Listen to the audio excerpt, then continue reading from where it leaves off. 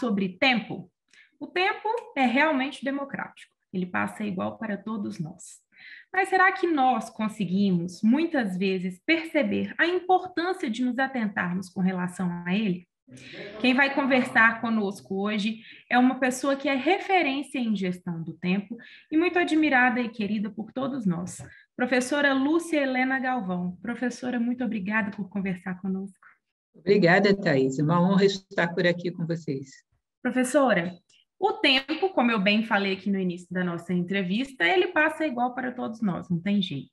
Só que parece que muitas vezes nós não conseguimos ter a real certeza de que ele está passando. Aí a gente tem a impressão que ele passa rápido demais, ou que ele está passando devagar demais, mas não é bem assim.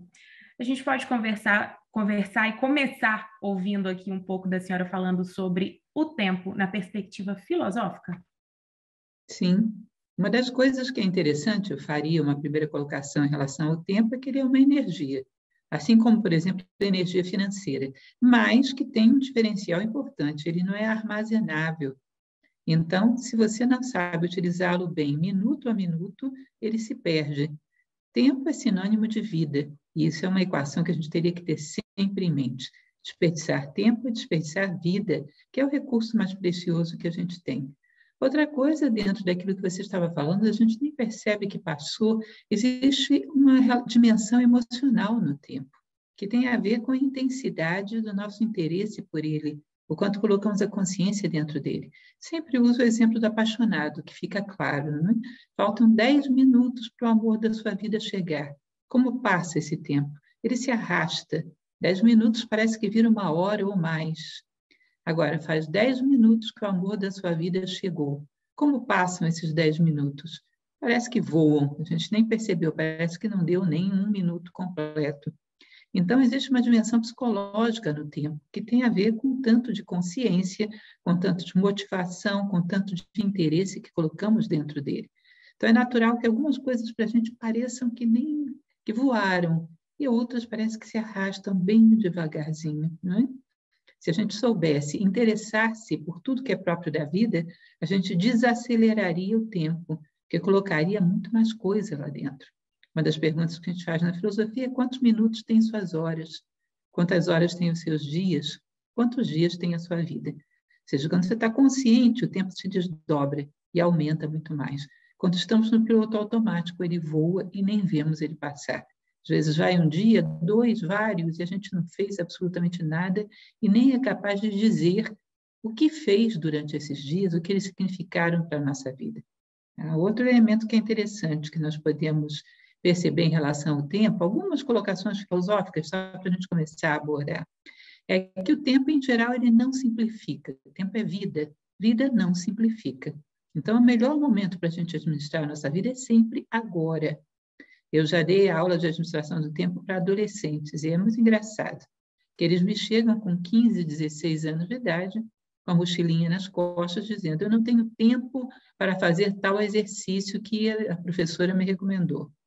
Aí eu fico imaginando, bom, eles têm 15, será que aos 25 terão mais tempo? Já talvez formados, talvez com emprego, talvez até formando uma família, só vai complicando. Com 35, já com um emprego consolidado, mais competitivo, talvez com filhos mais velhos, a vida só vai complicando. O melhor momento para administrarmos o nosso tempo é sempre agora.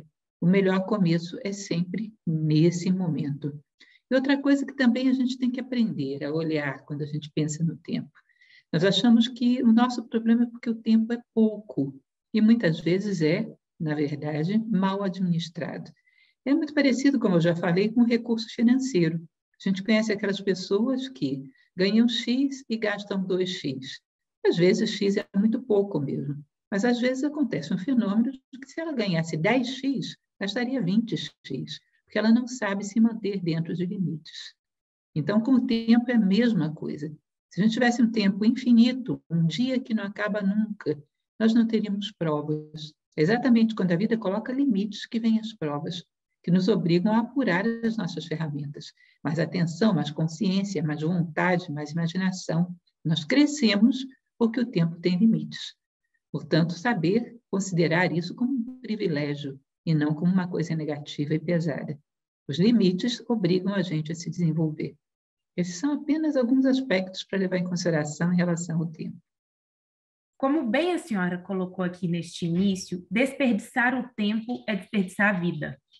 E muitas vezes a gente fala em organizar o nosso tempo para a gente ser mais produtivo e talvez colocando assim como objetivo fim até o propósito errado, que não seria talvez nem um propósito, que é, por exemplo, eu quero gerir melhor o meu tempo para aumentar meus recursos financeiros. Eu quero gerir melhor o meu tempo para eu poder aproveitar, ter mais momentos de lazer, ou não colocando objetivos intrínsecos alinhado a esse propósito de organização do tempo. Como que a gente pode elevar a consciência, porque aqui diante dessas reflexões filosóficas iniciais a gente percebe que essa questão da gestão do tempo é um movimento muito mais interno do que somente externo. Como que a gente pode colocar propósito para nos tornarmos pessoas mais organizadas, sem deixar de considerar a importância de que tempo é vida? Existe uma frase de Carl Jung que eu gosto muito, não é bem uma frase, é uma expressão que ele utiliza, que ele diz, corpo e mente juntos. Eu acho que isso explica muito. O que faz com que o tempo saia do nosso controle é que nós abandonamos o controle consciente do momento em que estamos. Temos uma tendência à dispersão, à fantasia, à ausência. E aí o tempo escoa e a gente não sabe nem muito bem para onde ele foi. Se nós pudéssemos estar presentes de corpo, mente e alma em cada momento, nós teríamos uma capacidade de desdobrar o tempo enorme, fosse para que o objetivo fosse. No final das contas, a gente tem um grande objetivo, que é o nosso propósito de vida.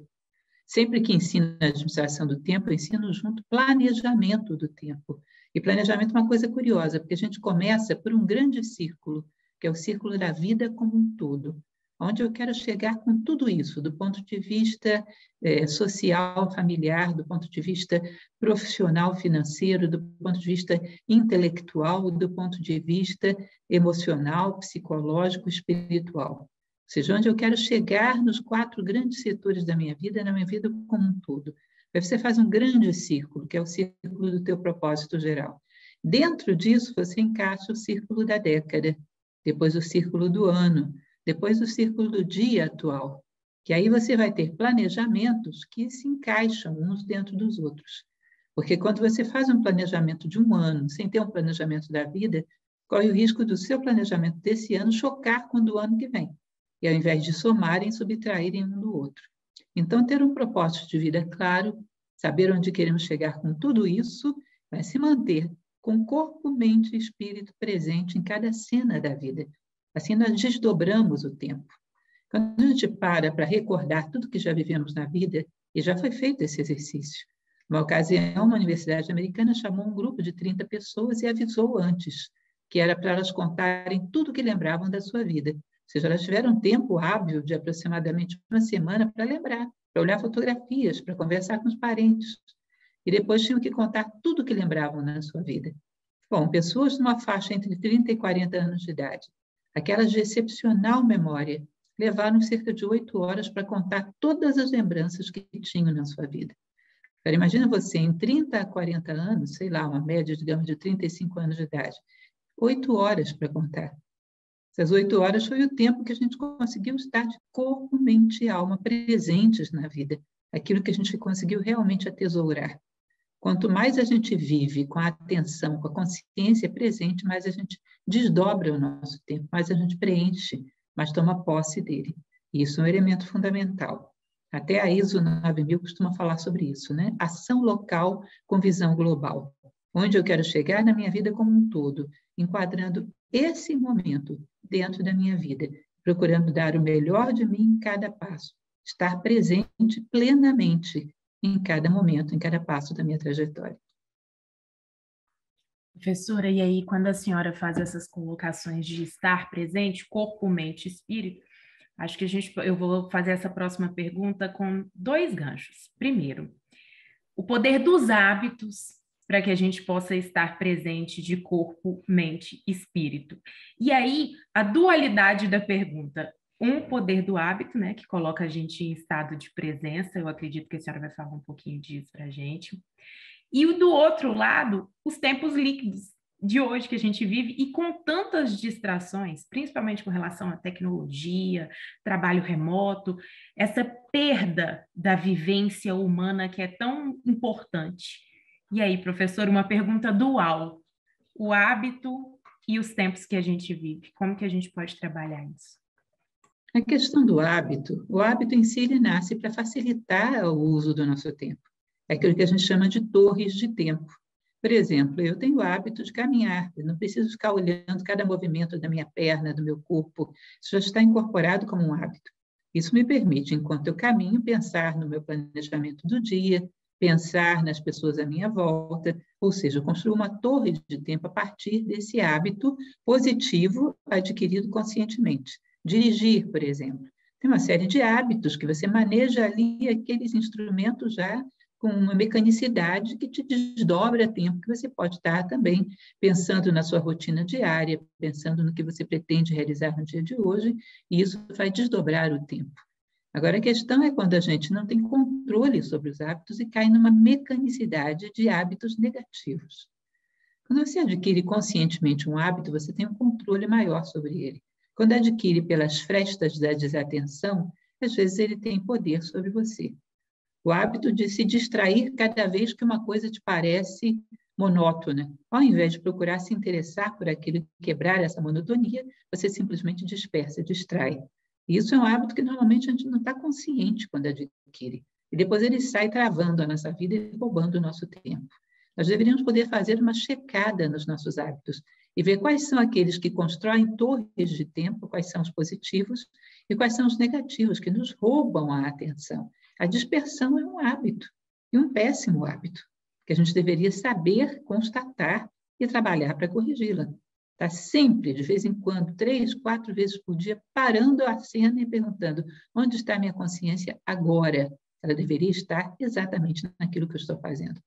Conta-se que havia um grande mestre, que era muito sábio no Oriente, um pequeno conto oriental, que um dia perguntaram para ele como ele fazia para ser tão sábio. E ele teria respondido: olha, é simples. Quando eu estou descascando uma laranja, eu estou descascando uma laranja. Toda a minha mente, todas as minhas emoções, todos os meus sentimentos, tudo estão na faca, na casca, na laranja. Eu estou inteiro naquilo que eu faço. E por isso consigo ter tanta sabedoria em tudo aquilo que faço. Isso a gente deveria procurar saber. O que é aquilo que rouba a nossa consciência do momento presente? Em geral, são hábitos também. E saber corrigir esses hábitos negativos.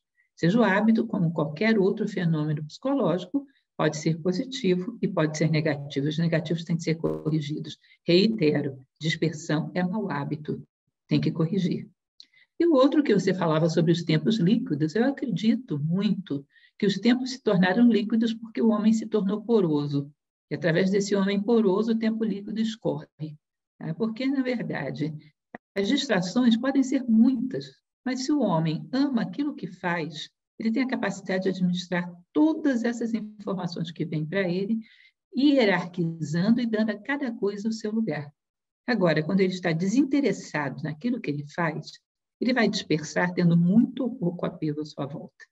Costumo dizer que a gente tem que ter um certo cuidado para não culpar a nossa tecnologia moderna, o nosso momento histórico, porque o homem desinteressado se dispersa até por sinais de fumaça. Sempre houve elementos para dispersar o homem desinteressado. E aquele que está de corpo e mente juntos, presente naquilo que ele faz, ele sabe, de alguma maneira, fazer com que essas informações cheguem a ele da maneira correta. Organiza a recepção de telefonemas, organiza um horário para olhar o WhatsApp, para olhar e-mail, seja lá o que for. Tá? Instrui as pessoas que são do seu círculo de amizade para que liguem para eles em horários específicos e não em qualquer horário. Ele vai sistematizando esses inputs do meio. Ele vai dando uma disciplina a esse conjunto de elementos que o atinge e continua focado naquilo que ele tem que fazer. Agora, aquele que não está interessado, ele está torcendo para que alguma coisa venha roubá-lo daquela vida chata, para que alguma coisa venha roubá-lo daquela monotonia. Então, pode viver numa fazenda de uma maneira isolada, onde reina o silêncio. O canto dos passarinhos vai roubá-lo daquilo que ele faz. O latido dos cães vai roubá-lo daquilo que ele faz. Ou seja, ele está procurando estímulos para fugir. Então, reitero, os tempos foram mais sólidos quando os homens foram mais concentrados. Eles se tornam líquidos porque os homens se tornaram muito porosos. E agora qualquer apelo do meio para ele é interessante, é uma boa fuga, porque ele não ama aquilo que ele faz e não quer estar ali. O querer intensamente estar de corpo e alma naquilo que você faz com que você saiba trabalhar bem com os impulsos do meio, saiba organizá-los de maneira que eles não te dispersem. É uma questão de opção. É sempre uma questão de decisão humana, no final das contas. Os tempos são o que os homens permitem que eles sejam. Excelente, professora. E aqui na sua fala, vários mecanismos já foram citados, né? Que é tomar a decisão de mudar a questão do tempo agora, este é o melhor momento, bem como instituir, eleger horários e critérios para que a gente possa lidar com todos os estímulos que nós temos à nossa volta. E aí, professora, a vida é cíclica o tempo todo e a gente percebe isso, a senhora mesmo fala isso de forma maravilhosa, que a cada manhã a gente recebe a oportunidade de começar de novo e que esse ciclo, ele é fundamental para a nossa evolução, não é isso? Como que eu posso, nós podemos, diante da realidade do tempo, compreender essa questão cíclica para que a gente, de fato, consiga mudar os nossos hábitos e começar um ciclo diferente?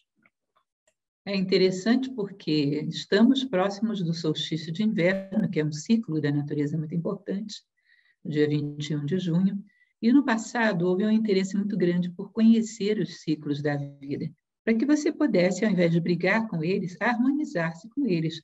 Não é à toa que havia essas festas sazonais, né? As festas das estações, para que o homem apreciasse as características do tempo e se encaixasse bem nele.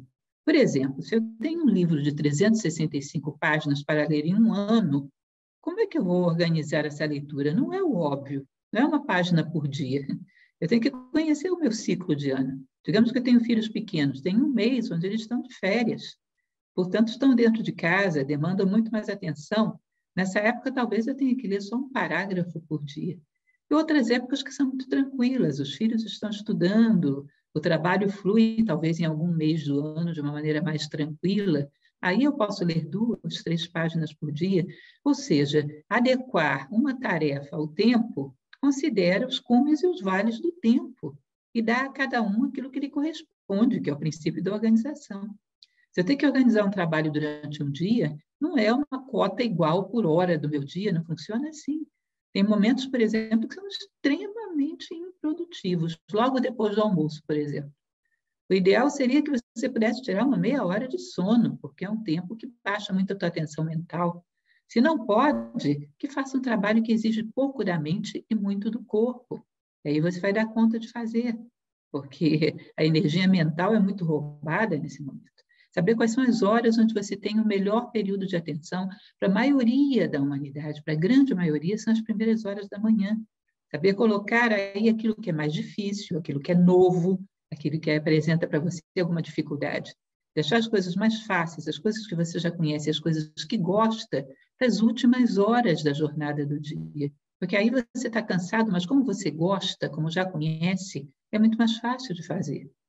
Nós muitas vezes passamos pela rua e vemos pessoas pintando um muro. É manhã, aquele momento de maior energia. E o que elas fazem? Estão pintando a parte baixa do muro. É evidente que quando chegar ao final da tarde, terão a parte alta, terão que subir em escadas, estão cansadas, não vão fazer. Não vão fazer. Ou seja, elas estão se planejando para não terminar aquele trabalho naquele dia. Porque o mais difícil, o novo, o complexo, é o primeiro que você faz. Pela manhã, quando existe a máxima energia, você enfrenta esses trabalhos de maior dificuldade. Portanto, conhecer a natureza dos ciclos da vida, do teu ano, do teu mês. Tem determinados trabalhos que são muito complicados, sei lá, numa determinada época do mês, um vendedor, os finais da semana são muito mais complicados do que os inícios. Seja lá o que for, cada profissão tem as suas peculiaridades. Você saber distribuir o trabalho mais pesado pelas épocas mais leves do mês, época de pagamento de contas, é uma época complicada, pesada. Saber conhecer a natureza dos ciclos, tanto os ciclos da natureza exterior quanto os ciclos da tua própria natureza humana. O momento em que você tem sono, o momento em que tem maior atenção, se o seu ciclo de atenção é matutino, é noturno, que pode acontecer de uma pessoa ter um ciclo noturno, é raro, mas pode acontecer. Ou seja, saber distribuir segundo a natureza das coisas, e inteligentemente, e não numa matemática simplista, onde damos tarefas iguais para momentos diferentes. Um bom automóvel anda em estradas difíceis e em estradas bem asfaltadas. Numa estrada difícil de terra, ele vai a 20 km por hora, mas não te deixa na mão.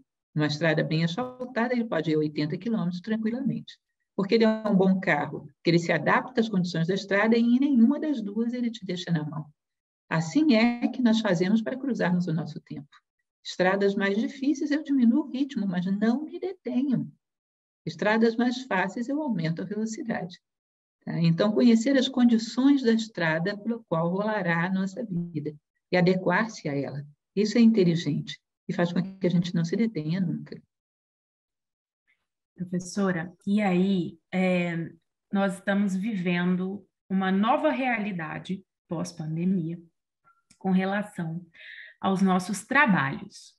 E é muito curioso porque as pessoas falam muito que agora a tecnologia, estamos na era da tecnologia, mas a sensação que acredito que uma grande parte das pessoas tenham e percebam é que, na verdade, eu não sei se seria só agora que é a era da tecnologia, porque a gente já está vivendo essa progressão há muito tempo. Só que acho que o que aconteceu, talvez, com relação à pandemia, será que a gente percebeu mais como que nós estávamos sendo inseridos naquele contexto ali, mas com mais consciência, até o que a senhora já tratou aqui nessa entrevista.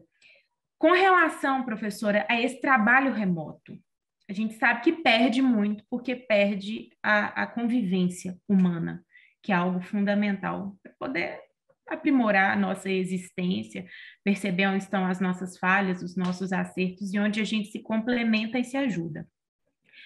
Como fazer gestão do tempo no trabalho remoto e tentar perder o mínimo possível desse estado de presença?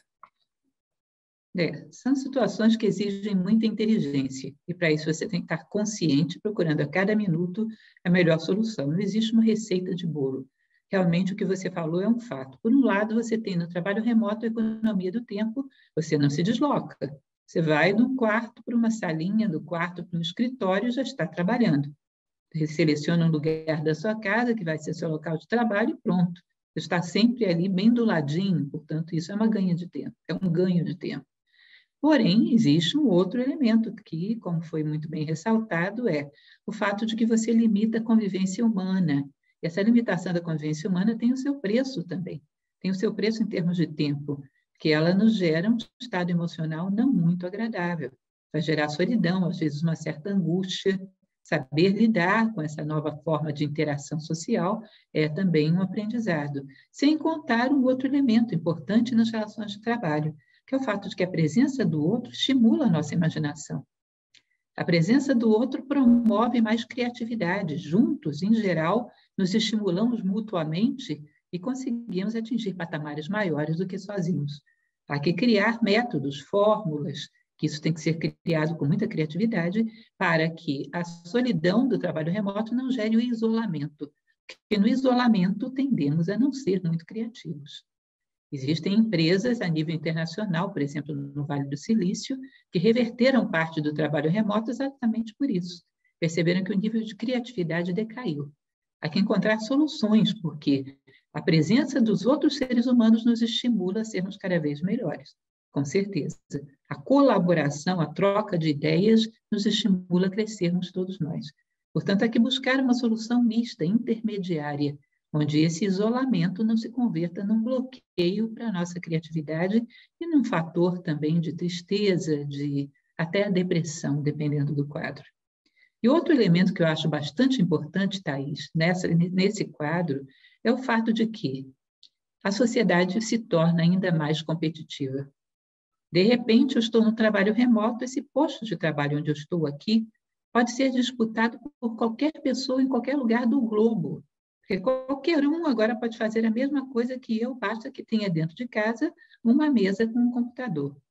Portanto, eu não vou competir só com as pessoas da minha cidade, eu vou competir com as pessoas no mundo inteiro que sejam capazes de fazer a mesma coisa que eu faço diante de um computador. E aí, o que vai acontecer? Vai gerar aquela correria de estar atualizado para não perder o seu posto de trabalho, porque agora a concorrência é muito maior.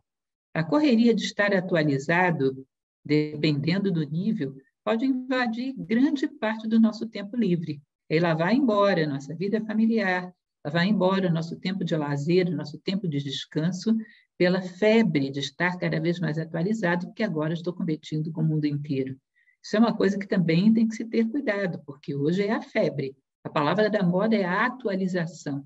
Bom, o quanto dessa atualização vai deixar livre da minha vida para dedicar aos outros fatores fundamentais da minha vida?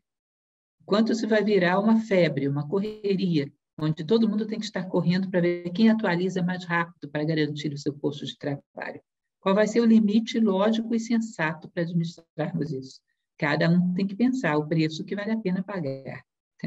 Portanto, a gente tem uma equação nova para ser resolvida, não existem soluções fáceis para isso. Há ganho de tempo com o trabalho remoto? Há, mas há riscos que nos obrigam, podem nos obrigar a ter uma grande perda de tempo se não soubermos lidar com tudo isso de maneira inteligente. Perfeito, professora. Grande parte das empresas agora, como a senhora bem colocou aqui, até no Vale do Silício, estão revendo essa questão e promovendo o trabalho híbrido, né, para a gente não perder essa questão humana que é tão importante. E aí, professora, para a gente fechar esta entrevista aqui, senso de urgência é uma necessidade de atualização o tempo todo, e isso normalmente gera esse senso de urgência, onde até é comum hoje você receber assim no WhatsApp, é urgente, antes de vir a mensagem que a pessoa quer colocar para você. Como que a gente faz para desconstruir essa cultura do urgente e compreender de fato os processos importantes e que são prioridade na nossa vida como seres humanos? Esse é um critério importante. Diz uma antiga máxima que uma pessoa que consegue respeitar o seu ritmo, que consegue obedecer a um ritmo de trabalho coerente, não existiriam urgências. O urgente é o importante que não foi feito no tempo hábil. Aí acaba que daqui a pouco tudo se torna urgente. Nós temos uma época onde o fluxo de informações é muito grande. E, às vezes, esse fluxo de informações fabrica falsas urgências, coisas que não têm o mesmo grau de importância que aquilo que eu me programei para fazer, mas que, se eu permitir, rouba o meu tempo o tempo todo. Portanto, tem que aumentar o nosso critério para julgar rapidamente aquela informação que nos chega, aquela cobrança que nos chega. Isso é prioritário em relação àquilo que eu me programei para fazer? É ou não? Porque, se não for, tem que saber rapidamente colocar essa urgência no seu devido lugar. É urgente? Bem, mas eu tenho um trabalho importante e necessito desse tempo. Essa urgência pode ser feita por outra pessoa, ou não é tão urgente assim, ou não é exatamente o momento certo para fazê-la, enfim, saber julgar, porque às vezes coisas irrelevantes tornam-se urgentes. Rotinas do dia a dia tornam-se urgentes. É que saber disciplinar as pessoas que se relacionam comigo. Então, saber julgar entre o importante e o urgente, o que é prioritário a cada momento. O que vai acontecer para uma pessoa que vive apagando fogo é que daqui a pouco ela tem um monte de urgências. Quando uma coisa importante se torna urgente, você vai perder alguma coisa. Coisas importantes que demandam um tempo qualificado, quando elas se tornam urgentes, você não vai mais ficar apagando fogo, você vai apagar um incêndio dos grandes. A probabilidade de você se queimar é muito grande. Tá? Então, saber lidar com esses pequenos fogos do dia a dia, que não são focos para incêndio, e ter cuidado para que eles não adiem as coisas importantes, porque fogueira de coisas importantes é fogo grande. Tá? Então, um critério rápido para julgar as coisas que chegam na nossa mão. Ah, tem que ser agora. Bom, então que não seja, porque agora eu tenho um tempo prioritário para tal coisa. Saber aceitar a perda de determinados elementos. Bom, se eu ficar eternamente querendo aproveitar todas as urgências, o importante não vai ser feito. Então, algumas urgências ou são transferidas para outra pessoa, que esteja mais habilitada e capacitada para isso, ou não vão ser feitas. Se você não nega os pequenos fogos do dia a dia, você vai se queimar no incêndio do importante que não foi feito. Então, saber estabelecer prioridades rápido. Às vezes chega um papel na nossa mão, rapidamente saber julgar se aquilo é realmente para mim, se aquilo é realmente para aquele momento, se aquilo não pode ser recolocado no momento mais propício, saber dar encaminhamento a essas urgências, para que elas não saiam atropelando todo o tempo destinado às coisas importantes. Daqui a pouco eu posso estar com todas as coisas importantes transformadas em urgentes, e aí é inevitável, alguma perda grande eu vou ter. Julgar com um critério e rápido, e sempre tendo em mente que as coisas importantes não podem ficar sendo adiadas. As perdas que elas provocam são grandes. Professora, para a gente então finalizar esta entrevista aqui, se a senhora topar, eu começo uma frase e a senhora termina, pode ser? Pode ser. Vamos lá. Eu vou organizar o meu tempo porque ele está diretamente ligado à minha vida. Sim. Você vai organizar o seu tempo, porque desorganizar o tempo significa jogar a vida fora.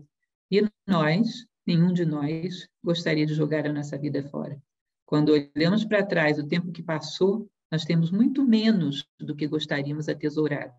Que não ocorra o mesmo com o tempo que ainda vem. Que nós possamos ter mais pleno, mais duradouro e mais produtivo.